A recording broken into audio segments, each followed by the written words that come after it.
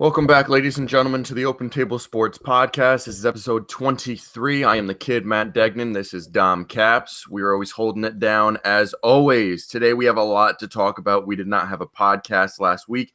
I was in Rhode Island and Dom was working. I'll be talking about Rhode Island a little bit later today.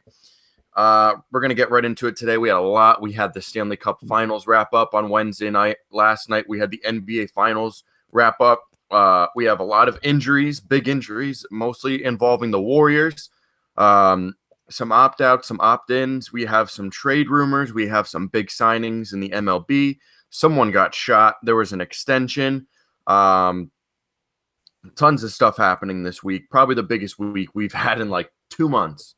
Oh, yeah, no, definitely just a lot going on. And, yeah, no, you got everything from, ending 2 sports seasons and then, someone getting shot. I mean, and HBO. I mean, it's got everything here this week. It's a big week, a lot of rumors, a lot going on. Tonight, I have Friday Night Alley fights in East Haven. That'll be pretty big. So we're going to get right into it. For the Stanley Cup recap, we all know the Blues won in 7 games. As I predicted, they won Game 7, 4-1. Ryan O'Reilly, he won the Conn Smythe Trophy. What are your thoughts on the series as a whole? Yeah, it was a good series. I think it was better than, people would have thought because, Blues and Bruins, like no one thinks of the Blues as like this standout team. And just, the series itself was great. 7 games, I think, first time in a little while since the Stanley Cup Finals has gone 7. So definitely a great series. And the Blues just show that they were the road warriors this whole postseason. I think that with that win, they had the most road wins in a postseason in NHL history. It was a very good series. If you look at the bracket, definitely not how people would have thought it would go with, Columbus winning. Imagine how different would, because remember, Toronto was up against Boston 3-2 in that series, and then Boston won 2 in a row. So who knows what would have happened if Toronto moved on? And the craziest part about all this, the Blues were the worst team in hockey in January. Yeah, they were in last place. And they just used the advantage of the West being so poor to sneak into the playoffs and then just take it all. I mean, that's just how the playoffs go. It's so unpredictable. Any team in the playoffs realistically has a shot to make it to the Stanley Cup Finals. And then ultimately, and all the first place teams losing. And, getting so it was just a very unique Stanley Cup Finals playoffs. I liked it. Your Rangers weren't in it. My Kings weren't in it. So we really had no team either way in this fight. Hopefully next year one of our teams could be in it. Yeah. I like the playoffs. They're very interesting, very entertaining. A lot better than the NBA playoffs, in my opinion. If the first round was better for NBA, I would say that would be better. And we're going to talk about the NBA Finals next, but I'm actually happy the Warriors did not win. I'm glad I was wrong in saying they would win it all. I did not watch this season for NBA. Everyone knows, because I thought the Warriors were just going to run away with it, but injuries caught up. KD had lingering issues. DeMarcus Cousins having lingering issues as well. Steph Curry, he always has ankle problems. Klay Thompson, he was injured a little bit. Depth was a major issue towards the end. So it's just interesting what happened in the Stanley Cup playoffs, especially the finals, because those games are very scrappy. They are. And, Tuukka Rask, Boston fans, they don't like him anymore. They think he sucks, and it caught up to them in Game 7. He really had a poor game in Game 7, really did. It shows that any flash of, I would say, greatness, it could end like that. Because he went from being bad, in the regular season, couple flashes here and there, and then in the playoffs, he looked like the best goalie of all time. And then the most important game series and most important game of the year, and he just fell apart. And opposite with Jordan Binnington. He wasn't doing that good, and then in Game 7, he looked spectacular. Yeah, he really held, he stood on his head in that game, and really just once they got up 4-0, really, that's it. Boston had so many shots too. I mean, the Blues only had 4 shots in the first period and got 2 goals out of it, while Boston had 17 and scored nothing. Yeah, I'm just glad the Blues won because you wouldn't hear the end of it if the Bruins did. Yeah, poor Boston fans only got 2 championships this past year. So yeah, and the Red Sox don't look like they're even going to make the playoffs. The way they keep going, Patriots, the way they're looking for this upcoming season, are not looking too hot. Celtics, they look like they're going to lose everyone. The only person they've gotten back so far is Aaron Baines, which we'll get into a little bit later. Then we're going to talk about Kyrie Irving a little bit later. We're going to be talking about Anthony Davis. Could he be going to the Celtics, Lakers, Knicks, Clippers, Nets? A lot going on in the NBA right now in terms of injuries. Who's going to be signing where, declining and exercising options. NBA is just swirling with news right now, which is good because the past couple of weeks have just been playoffs. yeah, So we'll get into the NBA Finals right now. As we all know, the Raptors won in 6. I think they definitely should have won in 5. Game 5, they should have won. They messed up that game. I'm sure you watched it. I watched it. Everyone watched it. That was Monday night, I believe. They should have won. They slipped up in that game. They were at home. I don't know why they didn't. They just slipped up. Simple as that. They're up by 6 there at the end, and then just couldn't do anything. And then, So in my opinion, Raptors should have won in 5. I feel sometimes when a team wins, it feels like they lost. You know what I mean? Yeah. Like when the Patriots won the Super Bowl 13-3, did they really win? Not really. Or the Rams really just lose. I mean, the Rams really just lost. So that's how I really felt about Game 5 when the Raptors lost that game. I don't know. Weird series, though, I have to say. Yeah, Raptors jumped out. Then the Warriors started to, they got a game. Then it got to 3-1, and then they basically forced KD to come back to try to lead him back. And he really was. I mean, he was looking good the first, quarter and a half that he played. He looked just fine. And then the injury happened that turned that game around. And then you go into game 6. And I think, honestly, if Klay Thompson didn't tear his ACL, I think the Warriors would have won that game too. Yeah, for sure. And then, I don't know, going back home for game 7, Raptors might have. They would have been really devastating for the Raptors to go back for a game 7. Because then the Warriors, when they were rolling in the third quarter, I was sitting back and I'm like, they might win this series. The way momentum goes, when they came back 3-1 against the Thunder and then Cleveland came back against them, it's kind of, the way the world rotates type of thing. But if you look at the series, Raptors beating Golden State by 9, that's kind of killing them in my opinion, especially in game 1 of the NBA Finals. Yeah. Beat them by 9, then they lost by 5, and then won by 14, won by 13. So their wins against Golden State weren't flukes. They weren't small comebacks towards the end of the game. They held their own throughout all of those games. The only game that they came back was game 6. Their other 3 wins were definitive wins that they did not come back. They didn't lose their lead for a long period of time. They stayed in front and they kept themselves there. Yeah, and what I find interesting is, I'm pretty sure they only won one of the games at home. I think they won all 3 games in Golden State. Yeah, they won 3 games in Golden. Yeah, that's crazy. They won the first game at home and the other 3 were in Golden State. And everyone knows Golden State. They're like that's one of the toughest places to play just because of the fan base they accrued. Yeah, and now that was the last game in Oracle Arena, last event. And then, this could be it for the Warriors. I mean, without Klay Thompson or Kevin Durant, they might not even be a playoff team next year. I don't think so. I wouldn't be shocked. I remember I said this on the podcast. I said, if they leave or even if they do re-sign and they're going to be out, because the Warriors are prepared to offer Klay and Durant max deals. Yeah, and then, with Klay Thompson not going to be ready till the end of the regular season, if not the playoffs, if they make it next year, and then Kevin Durant already out for that season, I can't see Curry unless they just don't have really the money to get any other players to keep him up there. Yeah, because the Yankees have announced that Giancarlo Stanton and Aaron Judge will be. Oh, well, Judge and Stanton are back. They play in AAA tonight in their rehab assignments, so they should be back after this weekend. Mm-hmm. That's good.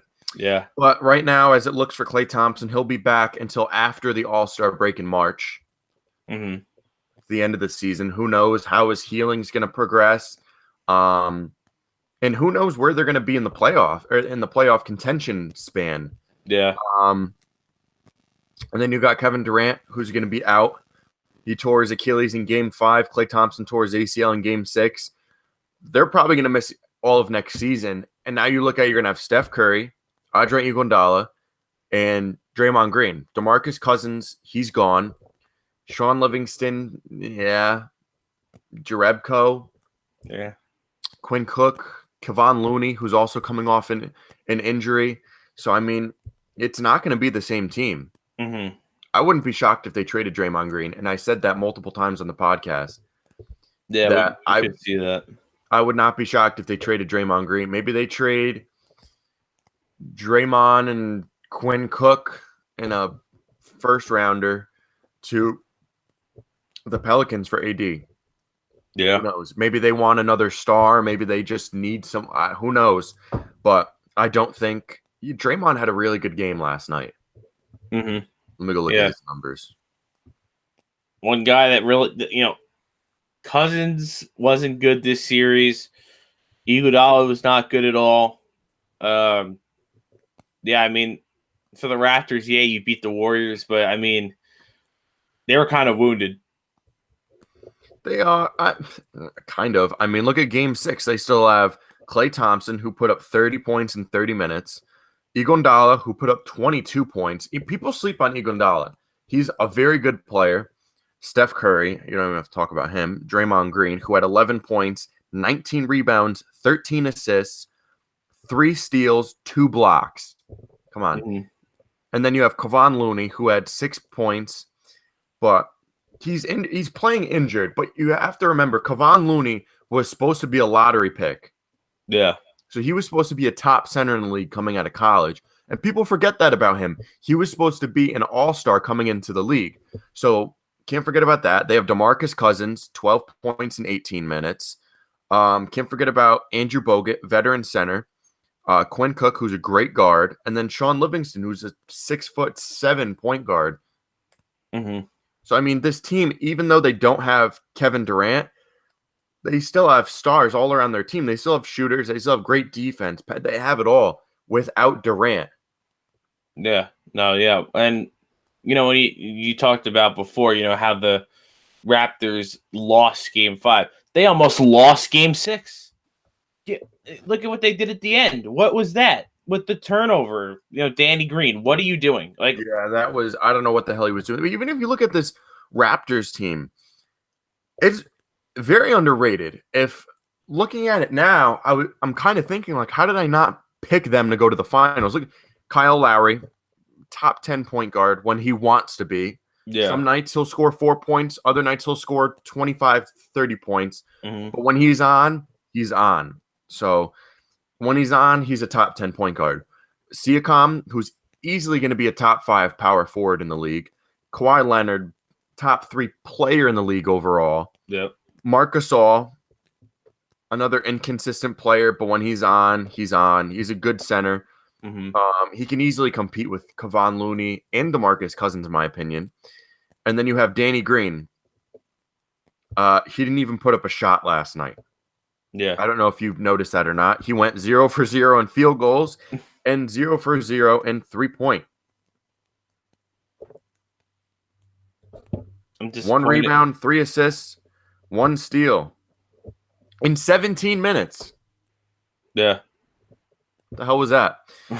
Fred VanVleet, 33 minutes, 22 points. He shot over 50% from 3-point. he had a great night. Somehow he had a Mhm. -10 plus minus. Yeah, that's just how it. Weird stats. Crazy.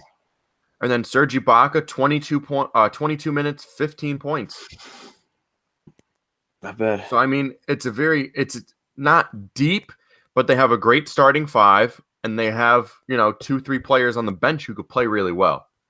And it's just crazy how close the Raptors were to being out against Philadelphia.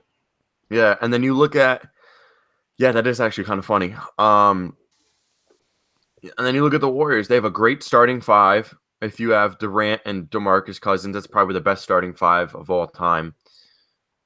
And then you have a bench that's actually not that bad. McKinney, Jerebko, Bogut, Cook, Livingston, Looney.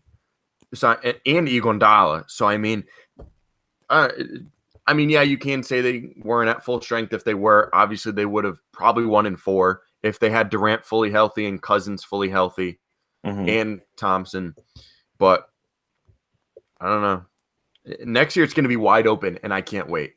Yeah, I mean, the odds makers still have the Warriors as the favorites. They have the Lakers at 2. And they have the Knicks at 12-1. I don't know about that right now. It all depends on what they do in free agency and the draft. Yeah, Easily. they Because get Barrett. yeah, if they mess up this offseason, I'm gonna have to jump to another team. I'm serious. I'm gonna have to because I can't keep doing this as a Knicks fan. How many times have we made the playoffs since 2000? How many times have we made it through the playoffs, at least to the Eastern Conference semifinals? I mean, his team can't. It doesn't do anything. They don't sign any big people. The last big person they've had is Melo, who was good, but they didn't really have anyone around him. Amari Stoudemire, Ron Artest. I mean, come on. They don't sign anyone big. They don't make any big trades. They don't do anything. They're never in talks with big people. They don't make any big splashes when it comes to coaches. David Fizdale gives a shit about him. The team is just a wreck. They don't do anything. The owner is a stuck-up asshole. He doesn't want to do anything. He's a dick to fans. I don't know how Madison Square Garden is packed night in, night out for games. Tickets are insanely expensive, which I don't know how. Yeah. I don't know how the Madison Square Garden is thriving whenever the Knicks are in town. Maybe just because it's New York City, but they need to sign at least 2 big names. Yeah. I'll be fine if it's Jimmy Butler and Anthony Davis. If we trade for Anthony Davis and sign Jimmy Butler, I'm fine with that. And then we draft RJ Barrett, depending on if we trade the 4 pick to. But if we sign Jimmy Butler and Kyrie Irving, which we're going to talk about Kyrie Irving in a little bit, I don't want to get into that yet. But say we do sign Irving and even Kawhi Leonard. Knicks are interested in Kawhi Leonard. They're prepared to offer him a deal. Yeah. But my ideal 2 would probably be, Kevin Durant and Kyrie. That's like the ideal. And I mean, even if you look at it, if you get Kevin Durant now, he's out for the season. And then even if have like a bad season again, then you have another high draft pick. Plus, you'll have Kevin Durant for 2020. And whoever else you want. Yeah. It'll be interesting to see what happens with Kevin Durant and Klay Thompson. Kyrie Irving, he declined his 2019-2020 season option worth $21.3 million. He's prepared to sign with the Nets this offseason. Don't know why. I think him and D'Angelo Russell, that's not going to work. They're both true point guards. I think it's dumb if he goes there. Who are they going to have? Him and D'Lo? Who else? Yeah. Yeah, they made the playoffs. What did they do? Nothing. They won 1 game against the Raptors, and that was a fluke win. Yeah. So, and they barely made the playoffs, too. They made it. Yeah. They were one of the 4 teams. They got their spot in the final day of the season.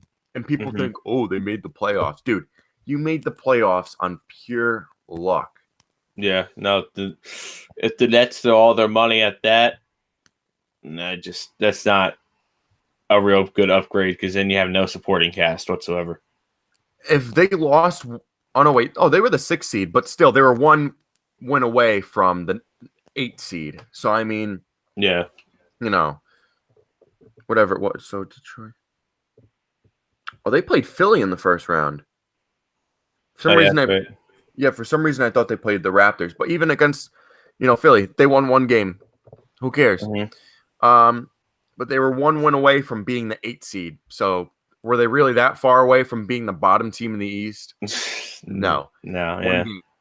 And then they were 3 games away from being the 11 seed. So I mean, people are like, "Oh, Brooklyn's final. They're gonna do something." The hell are they gonna do? D'Angelo Russell, Spencer Dinwiddie, Shabazz Napier, Joe Harris had a pretty good season. I'll give him that. Other than that, their small forward position, Damari Carroll. Oh no, wait, didn't they just trade him away? I think so. Yeah, they got Teron Prince, which we'll talk about that a little bit later. Yeah.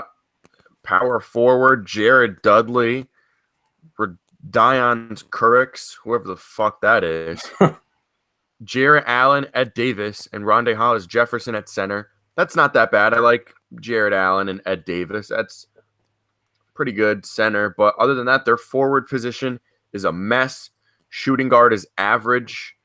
And point guard, D'Angelo Russell. So they don't even need a point guard. So they're going to spend money where it doesn't need to be spent. Basically, yeah, no, they don't need to be doing that. They don't need a guard. They need to stack up on forwards. Yeah. Same thing with the Knicks. They need to stack up on forwards. They're fine at guard unless they trade for Anthony Davis and then they could sign, Irving or whatever it may be. But we talked about it last week or 2 weeks ago, the forward position. So I don't want to, kick it down even more. Yeah. But Nets are going to spend stupid money, I'm guessing, on Kyrie Irving for no reason. Yeah, no, definitely. I could definitely see that happening. And yeah, like you said, a waste. Just maybe he picks up a couple more wins for the Nets. I mean, that's all I could see. They're not going to become a real contender in the East. I don't know. I mean, maybe they. I don't know. I know they're. We'll move to the next one then. Anthony Davis getting traded. You think yes or no? Yeah, no, it's a for sure thing. Yeah. The Pelicans have been in contact / trade talks with the Celtics, Lakers, Knicks, Clippers, and Nets. That's why I wanted to move to this. The Nets really intrigues me. So if they do trade for Anthony Davis, who are they going to trade back? Ed Davis, Rondae Hollis Jefferson? They have nothing to offer. I mean, they gave up the 17th pick in the draft to the Hawks. They traded that away. Mm-hmm. So now, what are they going to trade for him? Joe Harris, Caris LeVert, Shabazz Napier? They don't have any good trade pieces. If I'm the Pelicans and the Nets call me, I'm going to say, I wouldn't even pick it up. If I have caller ID and it says the Brooklyn Nets, I would look at the other people in the room and I would say, I'm not even picking this up. Yeah. Because unless they're trading me D'Angelo Russell and Jared Allen, I'm not taking this trade. No, I mean, yeah, no, it's kind of silly if they even consider the Nets. I think we know the front runners are probably the Lakers and the Knicks. I don't think the Celtics get him. They don't have enough trade pieces, unless they do. But they're gonna have to trade Tatum, Brown, Al Horford. They're gonna have to trade the whole farm. Yeah, to get, because Celtics don't have a top pick. Irving's leaving, Marcus Smart is leaving, and Marcus Morris. The only thing they're left with is probably going to be Jaylen Brown, Tatum, and their late first rounder. Yeah. And then who are you going to have? Anthony Davis and Al Horford? Not going to be much of a team there. That's literally going to be it. And then Terry Rozier's a free agent as well. And then you have Aaron Baines. So what are you going to be stacked at center and power forward? And then you're going to have no 1s, 2s, or 3s? Yeah. I don't know. But if I had to see a team getting Anthony Davis, it'd be the Lakers and then probably signing Kawhi Leonard. I could see that. LeBron being the 3 or the 4, and then you could interchange him with Kawhi at the 3 and 4, and then you have Anthony Davis play the 5. Yeah. I don't even know for 1 and 2 Mm-hmm. because they're probably gonna have to give up the 4 pick, and then they're probably gonna have to sign a lower level point guard because they're probably gonna have to end up giving Lonzo as well. Yeah. Probably Lonzo, the 4, Brandon Ingram, and Josh Hart. I know Yeah. the Pelicans want Kuzma though, but the Lakers don't want to give him up. Mm-hmm. So I'd have to say the Lakers right now. Maybe Yeah. Knicks. I don't think we have enough to give up. I Yeah. think Not right now. the Lakers could easily do it. I think they have the trade pieces. All you need is LeBron and 2 other stars, and he could run. Look what he did with just D Wade and Bosh Yeah. and Shane Battier, Udonis Haslem. Dude, he won titles with that team, multiple titles, multiple runs, killing now- teams in the playoffs, yeah. regular season records with Norris Cole, Mario D- Chalmers. I mean, I get D Wade is one of the best players of all time, but was he one of the best players of all time in 2011, 2012, 2010, 2013? no. No. Not at all. He was on the back 9 of his career. So, Mhm. I mean, was he still putting up 20 points a game? Yeah. I mean, but was he as flashy as he used to be? Was he as take over the game? No. No. Was Chris Bosh? No. I don't even consider Chris Bosh as the top 25 player of all time. No. You know, Wade is in that top 15, 20 conversation of all time. Mhm. People will say, "Oh, really?" But look at the players. How many good players there are of all time in the NBA? Yeah, that was a lot. So yeah, no, you can't Dude, really. just look at the Warriors team. Is he better than Steph Curry? No. No. Is he better than Kevin Durant? Nope. No. Is he better than DeMarcus Cousins? I know it's 2 different positions, but if you're looking at player talent, I don't think he's better than DeMarcus Cousins. DeMarcus Cousins can take over a game He can. easily. He could take over a game. Dwayne Wade, he wasn't consistent every single night putting up 25, 30 points. Mhm. So even if you look at the Warriors team, they have 4 players that are probably better than Dwayne Wade. So, and that's just present day. If you're looking all time, Yeah. there's no way Dwayne Wade and Chris Bosh are top 20 players of all time. And that's Yeah. my take. I know I'll probably get shit for it. I know if I tweet it out that I'll probably get shit on by people, and people say, "Oh, Dwayne Wade's one of the best of all time." But those are the stuck-up Heat fans. Yeah. So, I mean, and some people say Dwayne Wade's the best shooting guard of all time. Not even close. Oh, God, Jesus. Yeah, he's better than Kobe.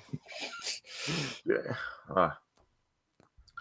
I lost myself in this Dwayne Wade rant.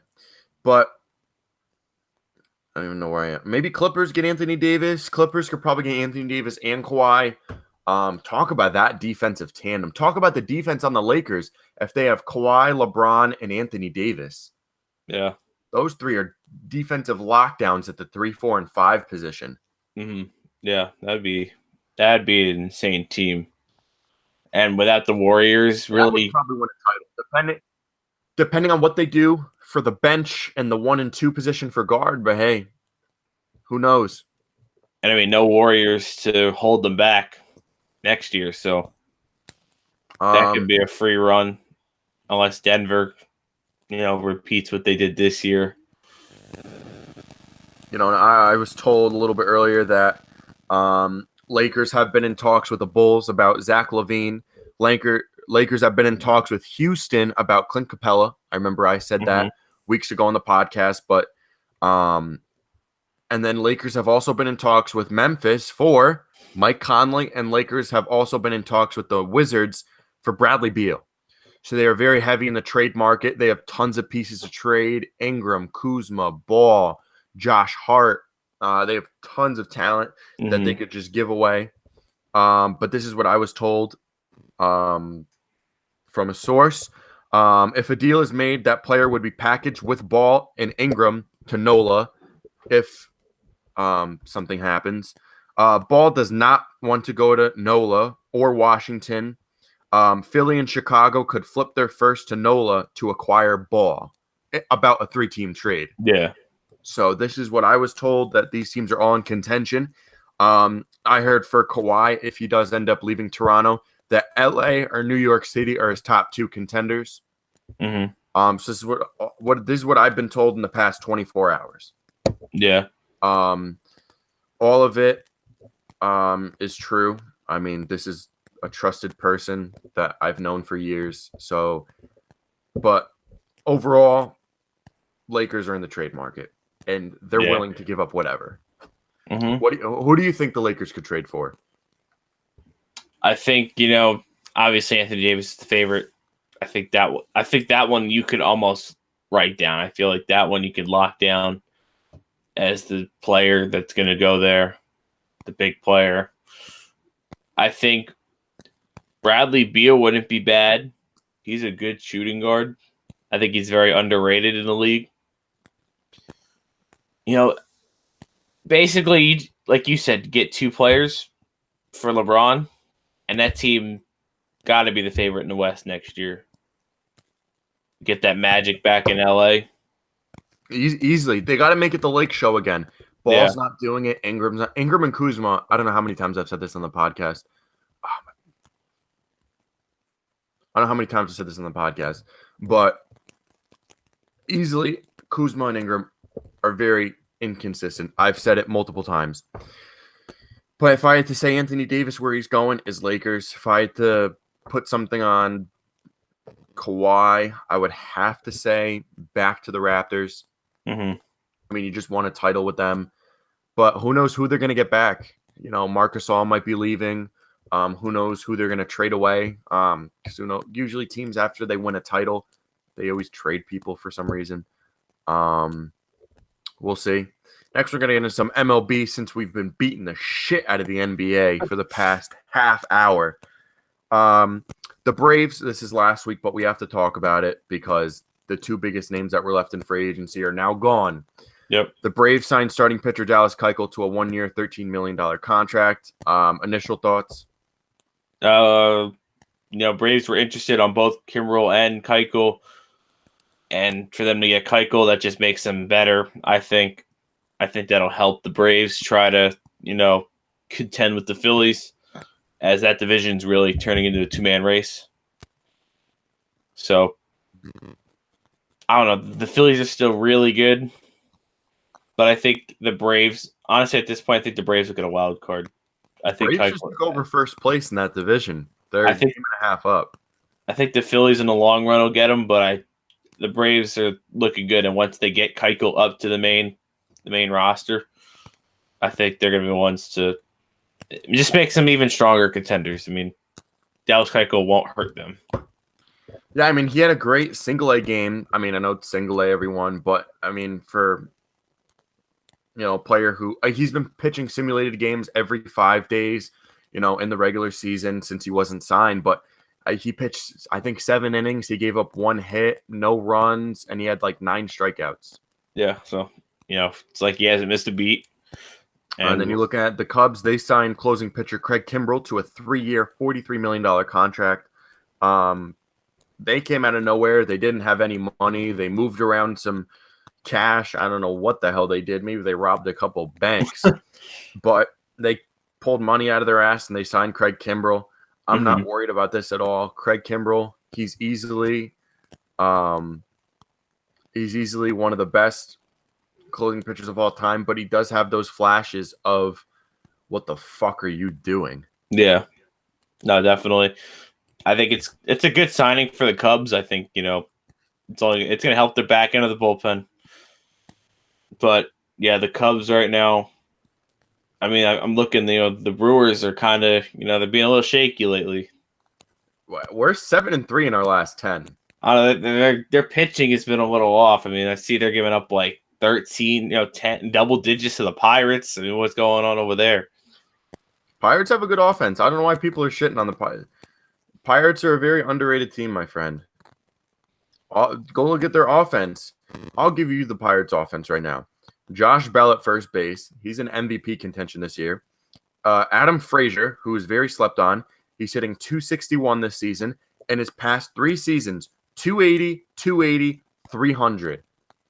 That's Adam Frazier, who, have you ever heard of him? No, but I have because I'm a Brewers fan. And then you look at third base, Colin Moran, a lefty, hitting 270 this season. Last season, he hit 280. Mm-hmm. people look. That's why he said the Pirates could probably shock people this year. And then you look at shortstop Kevin Newman. He's a pretty young guy. He's hitting 320 in 42 games this season. Mm-hmm. No one to be trifled with. Then you look at catcher, little bit of a problem. But you look at Elias Diaz. He's hitting 280 this season, and last season he hit 290. Yeah. And then you have Francisco Cervelli, who's going to come back. And then you have Melky Cabrera, who's older, but he's hitting 330 this season. He hit 280 last season, 270 the season before, 300 before, 300, 275, 300, 280. Melky Cabrera has not missed a step the past couple years. Yeah. And then you look at Corey Dickerson, which I have some big news later on him in the rundown. I'm not going to spoil it now. He's played in 9 games this season. He's hit 192. He's been injured, but I have big news on him later. 2018, Corey Dickerson hit 300 in 135 games. Season before that, he hit 282. Season before that, 250. Fell off a little bit. 2015, he hit 304. In 2014, he hit 312. And then Starling Marte and Gregory Polanco, I don't even have to say anything about them because they're amazing players and they can hit 280 consistently, 280, 290, 300. So people are sleeping on this Pirates offense. Yeah. It's just their pitching that's been shaky. I don't know. I think that it's just those Brewers. I mean, what happened on June 4th? They send out the practice squad, the single A team. Well, no, they lost 16-0, but the thing that killed us was Trevor Williams. Or Taylor Williams. I got to make because now Trevor Williams is on the Pirates. Yeah. But Taylor Williams, he gave up 8 of the 16. So I mean, I wouldn't really call it a Brewers loss. I mean, Chase Anderson gave up 4, and then Taylor Williams gave up 8. So I mean, you can't really blame. And Taylor Williams, he's got a 13 ERA on the season. So I can't. And then if you look at the other pitchers, Corbin Burns, who fucking sucks. I don't know how he's still on the main roster, but it was really between 2 pitchers who gave up 12 of the 16 runs in 4 innings work. Mm-hmm. So can you really blame them? No. I mean, people are going, the Brewers. It's like 2 pitchers really fucked us that game. But then if you look, our offense didn't do good. We had no runs. But we also did have 2 errors, which contributed to about 3-4 runs in that game. So, yeah, if you look at the run differential for the Brewers, I mean, they're winning close and they're losing big. Plus 13, we're 7-3 in our last 10, but we do have an easy month coming up. We have an easy ride. We have the Giants, the Padres, the Reds, the Mariners, and then the Pirates again. I mean, that the NL Central is the closest division right now. I mean, first to last, closest. I mean, 9 games Reds separating. And Pirates are starting to fall off, though. Yeah. Which that's making me a little bit, happier. And then July, we have an easy month. August is going to be a little bit hard. And then September is like an month. So I'm not really worried for the next 2 months. But I mean, anybody can lose to anybody any given day. I get that. But on the outlook of it, I'm not that worried. Yeah. We still have the 3rd best record in the NL. And we have 1, 2, 3, 4. We have a top 7 record in the MLB. So and we're only 1 game behind Atlanta for the 2nd best record in the NL. So we're top. I think we're better than the Braves anyway. So Dodgers are easily better than us though. But yeah. Yeah. Get back to our script here. But I'm not really worried about Craig Kimbrell. But Brewers have been pretty good. 7-3 in our last 10. Pretty happy about that. Got an easy stretch coming up. Hopefully, we're at 39 wins. 39. So hopefully today, when we face the Giants, we could get a pretty good win to get that 40th. Mm-hmm. So Craig Kimbrell signing a 3-year, $43 million contract. insane. So next we're going to move into the David Ortiz situation. He was shot in the Dominican Republic by a guy who was paid to shoot him. He didn't even do a good job. He shot him in the lower left back. If he was trying to kill him, he did an awful job. People said he was paid as an assassin. I don't know what assassin aims for the lower back. That's about the safest place you can get hit. One of the safest places you can get hit. But out of the leg. I mean, he did have some, stuff to his intestines and stuff like that. But I mean, there's no shortage of Big Poppy intestines, if you know what I mean. So, I mean, patch it up and take it from another place. Because, I mean, there's real estate there. Yeah. So, I mean, I'm surprised that bullet didn't, digest in there. and it came out. So, I don't know how the fuck it came out of there. Jesus Christ. Like going through the jungle. Yeah. So, jeez, that thing he must have had a 50 cal right up to his neck. Yeah. So, but he got shot in the lower left. Did you see the video? Yeah, no, I did. He was probably closer than me in my TV right now, and he shot him in the lower. If you paid him to do that, you better get your money back because.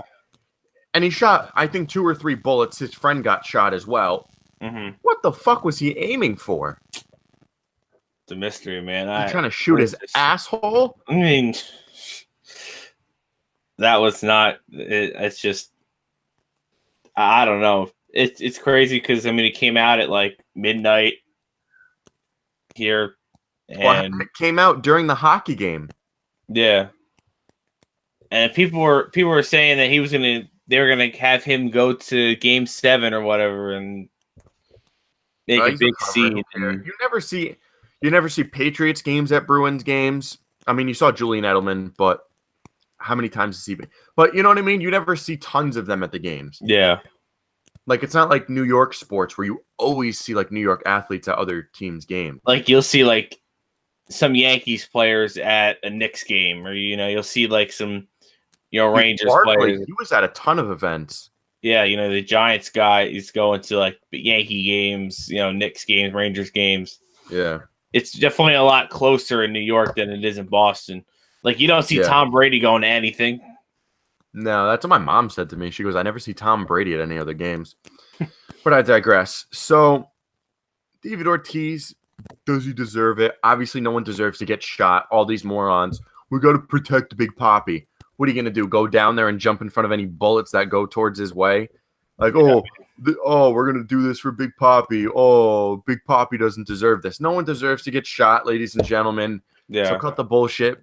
And, we're going to pray for Big Poppy. What's he, dead? And then Fenway holds a moment of silence for him. What the fuck? Did he die? Yeah, and they said he was in stable condition. If we're holding moments of silence for people who get shot in the lower back, give me a break. I think Golden State should have a moment of silence for KD and Klay Thompson. Should have a moment of silence for their franchise. Jeez, that's going to be dead quicker than a deer in headlights. Jesus. The fans are going to be gone. They're going to be jumping ship to the Clippers. Clippers are getting a new arena. Warriors are getting a new arena. It's going to be insane. LA, California. Then you got the Raiders moving. 49ers just got their new stadium only like 4 years ago. Rams getting a new stadium. Rams and Chargers getting a new stadium. Yeah. California is going to look like diamond. Oh, yeah. It's going to be crazy. I'm trying to think of what else. I think the Kings are looking to do renovations on their arena. Mm-hmm. So, I mean, Dodger Stadium is looking to get some upgrades because that thing is old as fucking dirt. Yeah. So, but next we're going to move into football now that we're talking about it. We don't have a lot of football this week. So the Raiders, they're going to be on Hard Knocks on HBO this offseason. That is going to be a show. Yeah, no, it all made sense. I mean, I was kind of a little biased hoping, to see the Giants, but I think the only way the Giants would have gotten on there is if Dave Gettleman was on the field. That's the only way they would have gotten on there, but yeah, no, everything with the Raiders, John Gruden, AB, Vontez Perfect, Derek Carr, I think it all just lines up.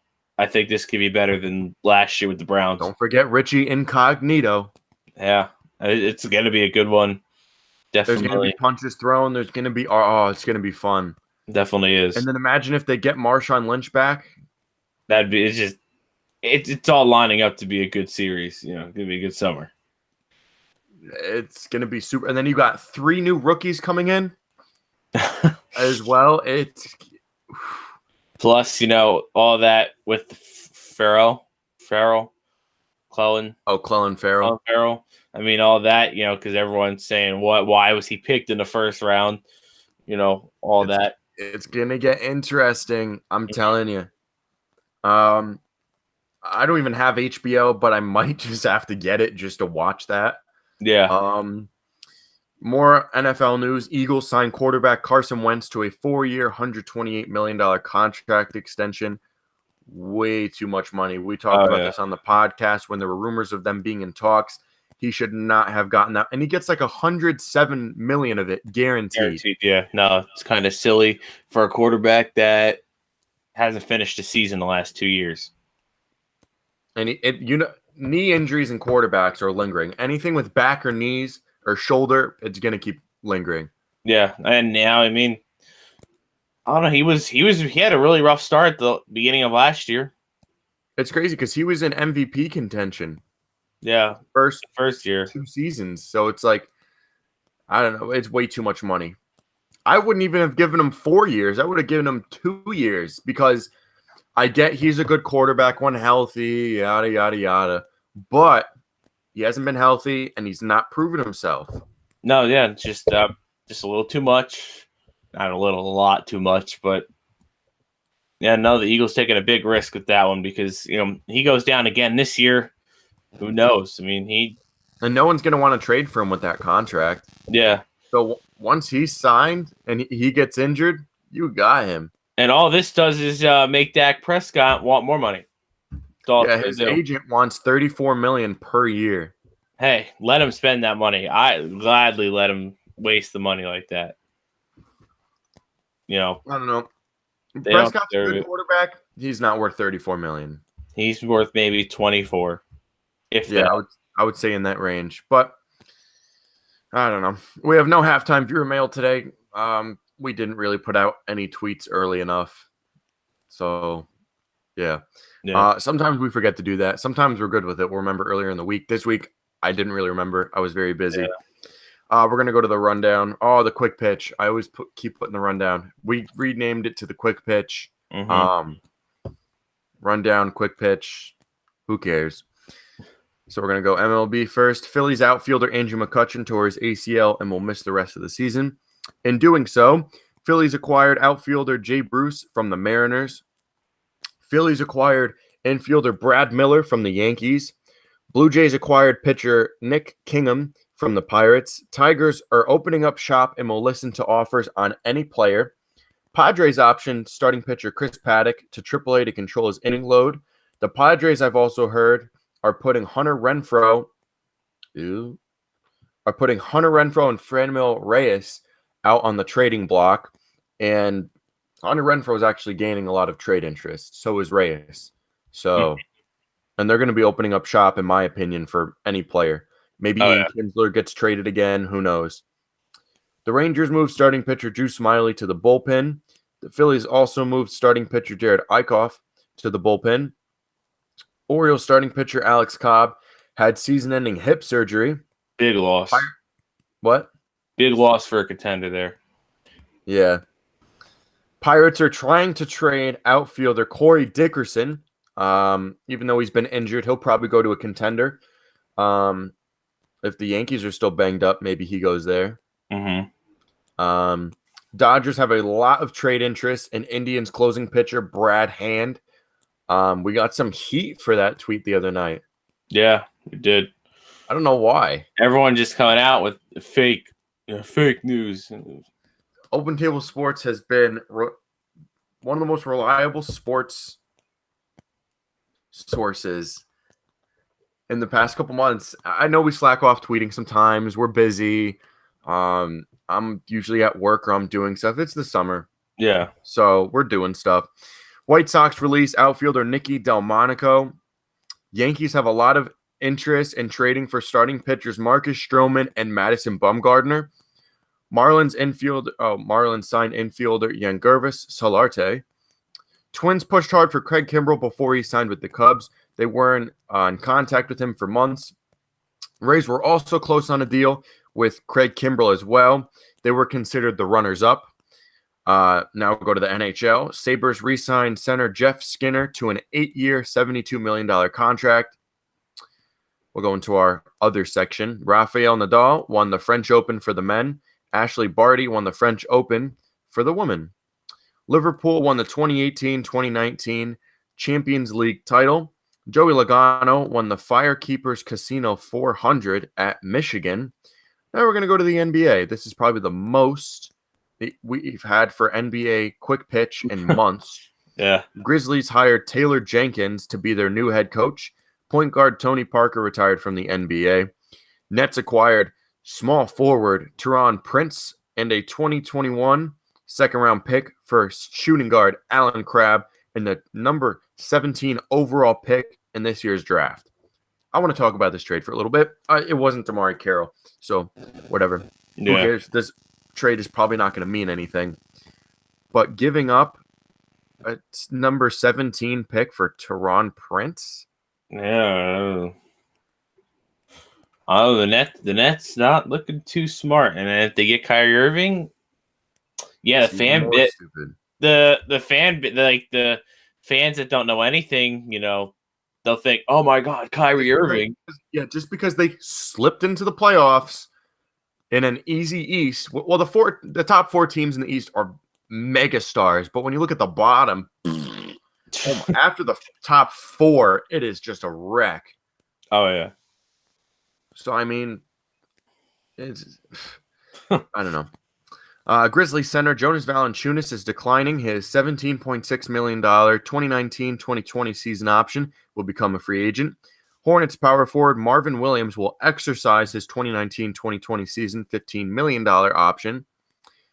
Heat point guard Goran Dragic will exercise his 2019-2020 season $19.2 million option. Celtics center Aaron Baines will exercise his 2019-2020 season $5.9 million option. Now to the NFL. Vikings signed tight end Kyle Rudolph to a 4-year, $36 million contract extension. Saints signed defensive end Cameron Jordan to a 3-year, $52.5 million contract extension. The Saints also signed wide receiver Rashard Matthews. Saints signed cornerback Kayvon Webster. Texans fired GM Brian Gaine. Jets hired Joe Douglas to be their new GM. Jets re-signed running back Bilal Powell to a 1-year contract. Lions signed wide receiver Jermaine Kearse to a 1-year, $2.3 million contract. Linebacker Navarro Bowman retired from the NFL. Panthers signed defensive tackle Gerald McCoy to a 1-year, $8.5 million contract. Cardinals released cornerback David Amerson. Colts signed cornerback Kenny Moore to a 4-year, $36 million contract extension. Chiefs signed kicker Harrison Butker to a 4-year, $20 million contract extension. Chiefs signed offensive tackle Mitchell Schwartz to a 1-year, $11.3 million contract extension. Patriots released tight end Austin Seferian-Jenkins. Offensive lineman Zane Beadles retired from the NFL. Linebacker Arthur Moats retired from the NFL. 49ers signed offensive tackle Joe Staley to a 2-year, $27.6 million contract extension. Redskins left tackle Trent Williams wants to be traded or released if he doesn't get a new deal. And the big news to end this week, Colts signed punter Rigoberto Sanchez to a 4-year, $11.6 million contract extension. And now, Colts signed long snapper Luke Rhodes to a 4-year, $5.57 million contract extension. Breaking to end the podcast. Huge. So last week, I'm just going to recap it real quick. I went to the New England Pro Wrestling Hall of Fame and Fan Fest 7. All the pictures and videos and everything is going to be on my Twitter, which is Degnan _Matt, or you can go to Big Daddy Gawk Big Daddy GOC, and see some more stuff on his account as well. It was a great time. Big Daddy, he got inducted. He was supposed to be here, but technical difficulties. He's probably listening right now, the cocksucker. So, and then tonight we got Friday Night Alley Fights in East Haven, Connecticut, 662 Co Avenue. It's going to be a fun night. And then we have the Taco Fest on June 29th up in Bloomfield, Connecticut, wherever the fuck that is.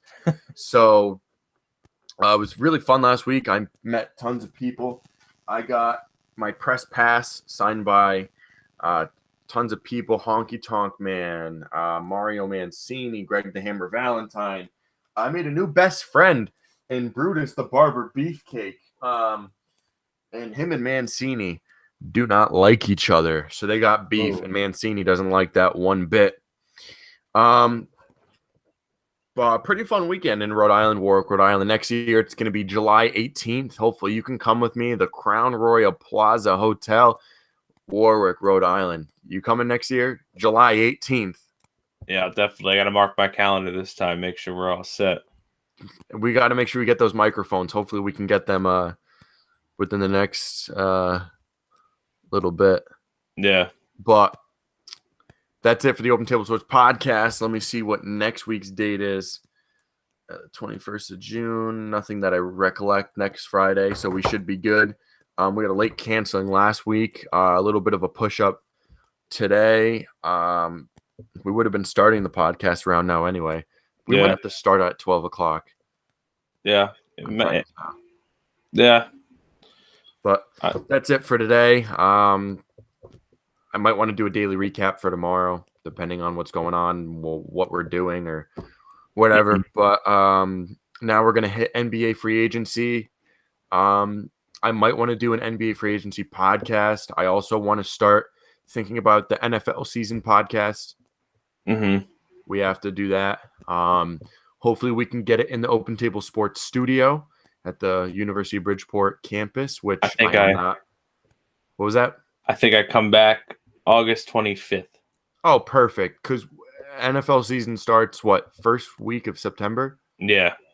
So we could try to do it like the late 20s of August. Mm-hmm. So we'll try to do that. Try to get some more people for it. I want to try to get some more guests in on the studio, whether it be athletes, wrestlers, whoever wants to come down. We can have actors, porn stars, who gives a fuck. Have any big person come down, we'll interview them.